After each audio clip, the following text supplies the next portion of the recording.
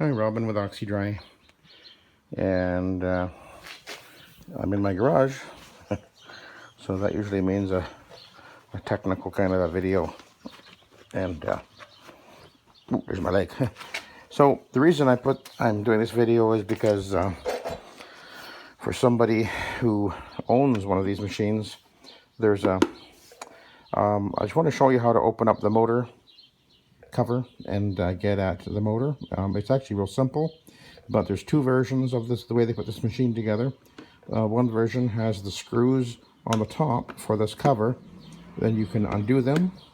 The other version, actually the screws are underneath, and you can't get at them. You actually have to pull the whole cover off. I'll get to that in a sec. I think my first machine had the screws on top, and then the subsequent machines, they came with the screws where they came up from underneath, so you couldn't pull this cover off, which is not a good idea.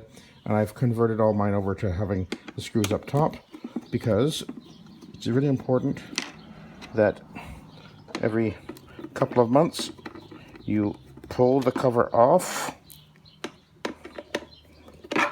because if you don't, the cooling intake for this motor is around the perimeter here. And what happened to my very first machine years back, I didn't realize it, never checked it, and eventually it got kind of clogged up with hair, carpet fiber and everything, and eventually it cut the cooling down so much that the motor actually began tripping the thermal brake. The motor started to quit, and oh, it is very nice. And eventually I actually had to, it would start up again, but after a few times of that happening, the thermal brake got too sensitive, and it just kept on quitting on me. I'd run it for 30 minutes or so, it would stop for 5 minutes. I could run it for another 20 minutes, it would stop for 5 minutes. Rather irritating. Eventually I had to get the motor rewound, but anyway, by just pulling that off every couple of months and making sure that this is all clean around here and it'll be able to suck into the cooling intake there, very important to do that.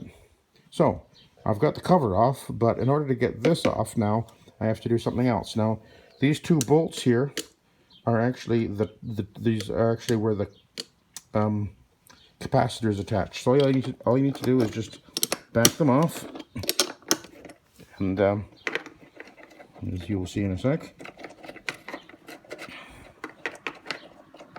there's actually enough room to lift this off when you pull it out, or pull the cover off, but it's easier just to do it this way, and then when I go to put it back together, then you'll stick them in place. So they're just gonna kind of sit there. Now there's 4 screws, 1, 2, 3, and 4. So we'll undo those. Now just bear in mind when you take this machine apart, that this is an aluminum machine, so don't get too crazy tightening up these screws. Just snug them. That's all you need to do, because it's easy to strip. And then we have this one, and I think we're ready to lift it off. Almost.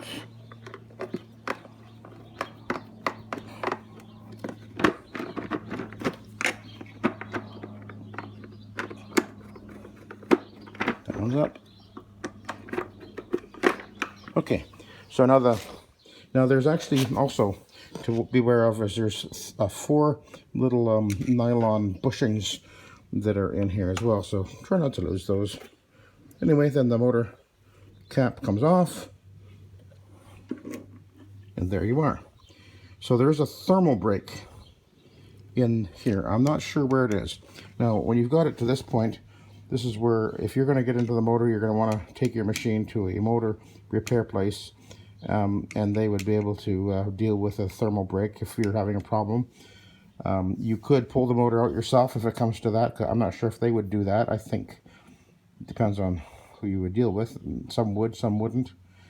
Although if you do that, then you got to pull the belt off and pull the bearings out, which I've shown that video where you've shown. If you go back, you'll see the one where I injured myself.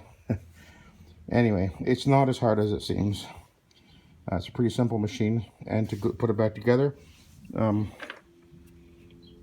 yeah, here's the. You can see the little nylon bushings there. They are. Yeah. So what I would do is I would lift this. See, there's enough slack there on the capacitors to pop them up, put it back together. But anyway, I just wanted to show. Oops, I just lost the nylon bushing. I just wanted to show you guys that part of the setup. This is for. I'm doing this video mostly for Glenn. I will actually, before I put this back together, I can see this machine needs to get this thing cleaned out there a little bit. Anyway, that's basically it. Dual capacitor. I'm not even sure what this thing is, and really skookum European wiring system in here. So anyway, that's how you pull it apart. So that'll help you out. Anyone who has to pull one of these machines apart, that's just what you need to do. Oh, and by the way, if it has the screws that come in from below, this is where they'd come through. Is underneath here. It's a dumb idea that they did it that way, because you need to be able to pull this thing apart easily to clean out those vents. Okay, there you go.